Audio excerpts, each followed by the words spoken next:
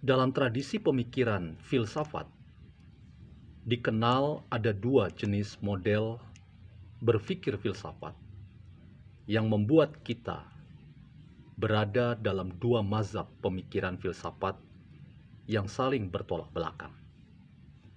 Yang pertama, mazhab pemikiran filsafat kritis yang dicirikan dengan apa yang selalu mau diperlihatkan melalui sikap yang galak, yang terkesan marah-marah, dan ingin mengungkapkan pemberontakan dalam pemikiran dengan menyerang siapapun yang dianggap berbeda dan menawarkan gagasan-gagasan yang dianggapnya lemah dan tidak punya argumentasi yang kuat dan rasional.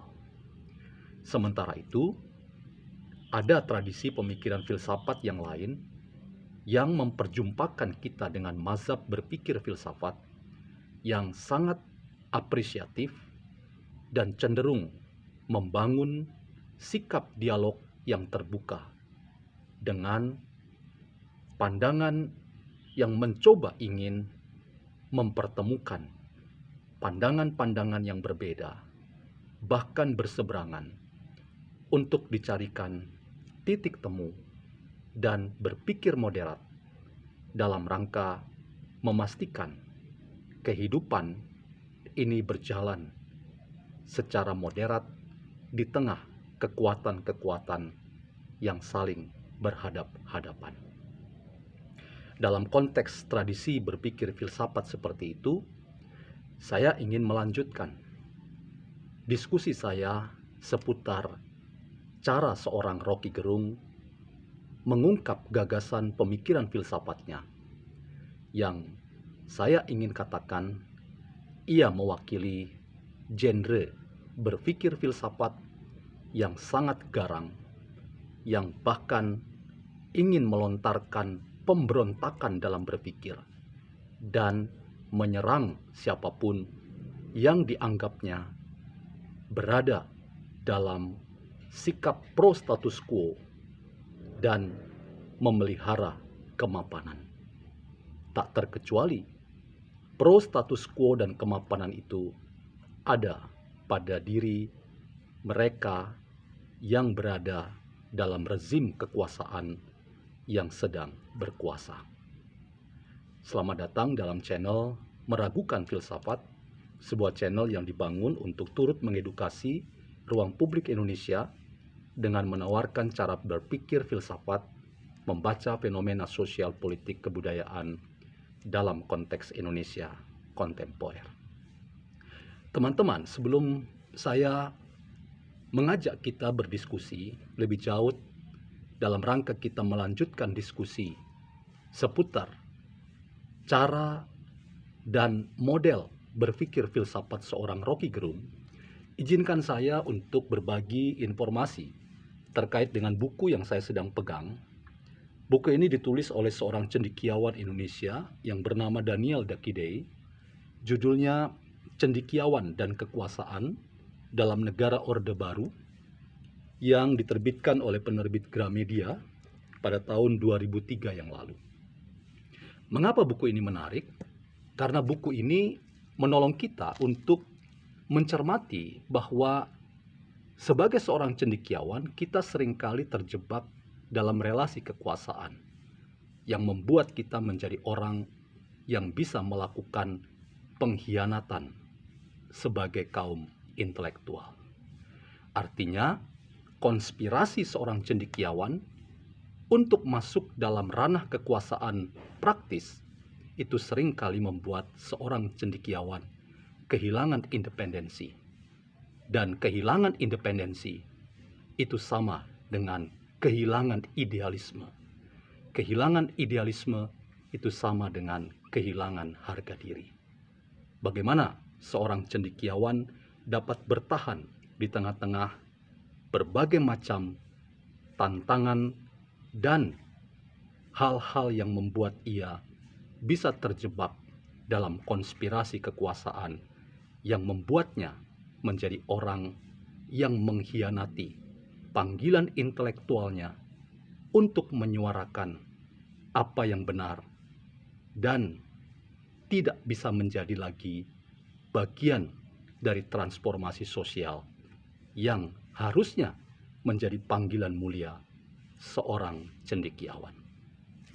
Teman-teman, ketika kita ingin melanjutkan diskusi di seputar model pemikiran filsafat seorang Rocky Gerung, saya ingin sekali lagi mengatakan bahwa Rocky Gerung adalah model tradisi berpikir filsafat atau mazhab berpikir filsafat yang sangat kritis.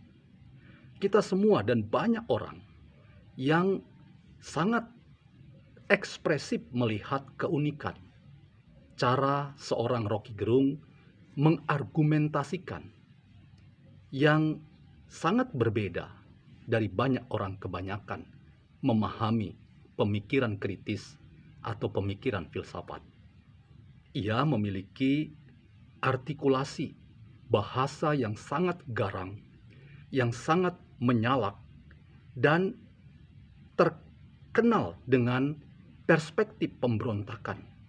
Khususnya itu diarahkan kepada pandangan-pandangan yang sudah dianggap mapan. Pandangan-pandangan yang cenderung pro status quo. Bahkan status quo itu adalah kekuasaan di tangan rezim yang seringkali justru kekuasaan yang bermaksud menyembunyikan kepentingan-kepentingan demi mempertahankan kekuasaannya.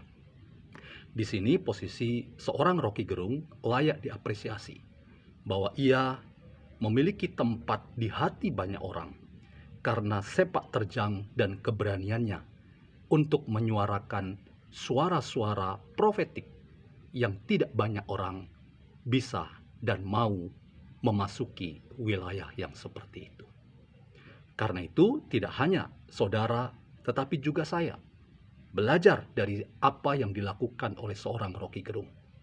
Dia memiliki genre pemikiran filsafat yang berani, yang galak, bahkan terkesan marah-marah, dan karena itu banyak kemapanan termasuk kekuasaan yang merasa terusik dan terganggu karena selama ini tidak pernah ada para pengganggu yang itu salah satunya disematkan pada sosok yang bernama Rocky Gerung.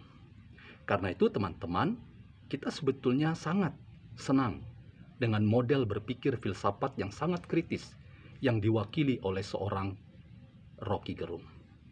Tetapi teman-teman, ketika ada banyak orang yang juga merasa bahwa apakah model berpikir filsafat seorang Rocky Gerung yang kritis seperti itu adalah model satu-satunya. Ketika kita hendak mengartikulasikan pemberontakan kita dalam rangka menyampaikan pesan kepada audiens atau mereka masyarakat publik untuk memahami apa yang sedang terjadi, membantu masyarakat membaca realitas secara kritis.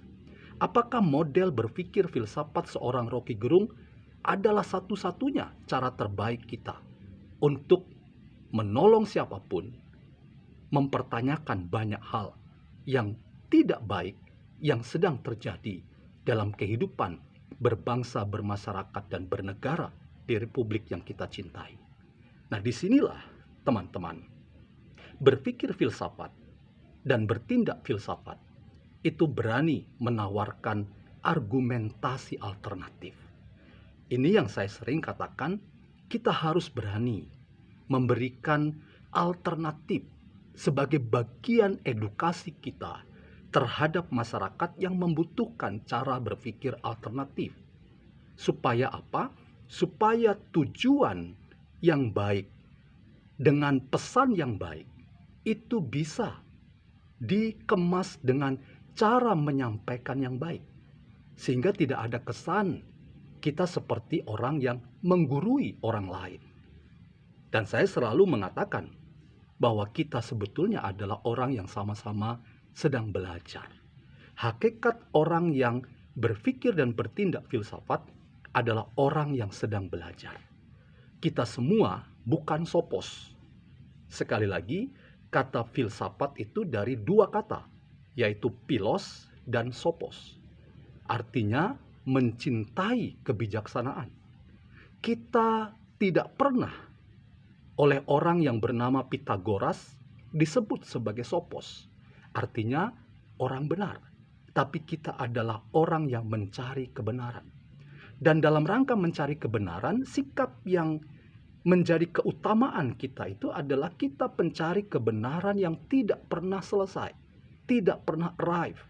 Karena itu, lawan bicara kita, sekali lagi kalau masih bisa dikatakan lawan atau teman bicara kita, sahabat yang kita jadikan sebagai mitra dalam dialog atau percakapan, itu adalah teman sahabat yang sama-sama ingin menemukan kebenaran seperti kita. Orang belajar dari kita tentang sebuah kebenaran, demikian juga panggilan yang sama, kita belajar pada orang lain tentang kebenaran. Karena itu, sikap ketika kita mengartikulasikan sebuah gagasan, ketika hendak disampaikan kepada orang lain, harapannya adalah bagaimana supaya pesan yang baik itu disampaikan dan sampai dan dimengerti oleh orang yang menjadi teman diskusi kita, tanpa terjebak dalam sikap menghakimi, tanpa terjebak dalam sikap menggurui, bahkan mengatakan orang lain sebagai tidak selevel dengan kita, karena tidak berpikir rasional, karena tidak berpikir setara dengan kita dalam kemampuan olah pikir, olah kata. Dan karena itu kita selalu menyebut mereka dengan istilah bodoh dan dungu. Disitulah sikap kehati-hatian kita perlu kita kedepankan, agar pesan pemikiran yang konstruktif dan kritis itu sampai kepada orang lain, dan kita sama-sama pada akhirnya menemukan kebenaran yang sama. Apa itu kebenaran yang sama? Kebenaran yang sama itu adalah kebenaran yang dikonstruksi bersama. Dan dalam rangka kita menemukan kebenaran, dialog yang setara itu menjadi imperatif. Dialog yang setara itu menjadi sesuatu yang mutlak. Tidak mungkin kita dan teman yang kita ajak bicara, kita berada dalam tempat yang berbeda atau tidak setara. Sehingga kita kemudian menjadi pihak yang menekan, menindas orang lain dengan banyak istilah-istilah stigma yang kita sematkan sebagai bodoh dan dungu. Tentu tidak seperti itu harapannya. Nah, disinilah teman-teman, catatan kritis kita kepada seorang Rocky Gerung adalah apa yang kita apresiasi sebagai keberanian Rocky Gerung untuk menyuarakan suara kritisnya. Ia mewakili genre berpikir filsafat yang sangat kritis, berani menyuarakan kebenaran. Itu kiranya juga dibarengi dengan upayanya untuk menyampaikan pesan dengan cara-cara yang baik. Tentu kita bisa berdiskusi dan mempersoalkan bagaimana dengan atau apa itu cara yang baik untuk menyampaikan pesan. Karena dalam konteks pemikiran filsafat tidak pernah ada cara satu-satunya atau cara yang paling baik atau terbaik. Bisa jadi banyak orang yang mengatakan bahwa cara dari Rocky Gerung yang seperti itu dianggap sebagai sesuatu yang baik. Tetapi banyak orang juga yang merasa terganggu. Nah, karena ada dua kelompok yang sama-sama mengharapkan seorang Rocky Gerung itu menjadi bagian dari proses demokratisasi yang mendewasakan dan mencerahkan siapapun. Karena itu adalah sebuah cara terbaik untuk kita memberi pesan konstruktif bagi seorang Rocky Gerung. Bahkan semua kita yang menggemari sikap kritis seorang Rocky Gerung, agar pesan yang baik yang mau disampaikan itu disampaikan dengan cara yang baik, supaya apa yang mau diharapkan, yang menjadi tujuan dari pesan, yaitu membaharui kehidupan berbangsa dan bernegara kita, agar kemapanan berpikir atau bahkan sikap pro status quo itu tahu tentang apa masalah yang sedang terjadi di republik ini, itu kita bisa mengedukasi orang menurut cara pandang mereka tentang sosok seorang Rocky Gerung, itu sama-sama terwadahi dan terwakili. Karena itu, teman-teman, tentu kita tidak dalam rangka menghakimi seorang yang bernama Rocky Gerung. Ia bagian dari cerita dan narasi besar politik Indonesia yang memang tujuannya adalah mempertanyakan kemapanan kekuasaan dan hidup bernegara berbangsa kita yang seringkali orang tidak berani mempertanyakannya karena dianggap sudah seperti itu dan wajar. Karena itu, teman-teman, dalam konteks ini kita ingin memberi alternatif berpikir bahwa kecendekiawanan kita, intelektualitas seseorang itu juga dibangun oleh caranya dalam rangka menimbang bahwa ada alternatif ketika kita mau menuangkan gagasan berpikir filsafat dan bertindak filsafat, yaitu dengan mencari cara-cara alternatif untuk menemukan cara terbaik agar pesan yang baik, yaitu mentransformasi kehidupan sosial, itu betul-betul membawa kita tepat mencapai sasaran yang diharapkan. Teman-teman, sekali lagi, orang seperti Rocky Gerung kita butuhkan. Ia adalah seorang yang berada di garda depan dalam rangka membangunkan kita dari kemapanan berpikir, karena sikapnya yang sangat berani, terang benderang, mempertanyakan banyak hal yang selama ini dianggap mapan.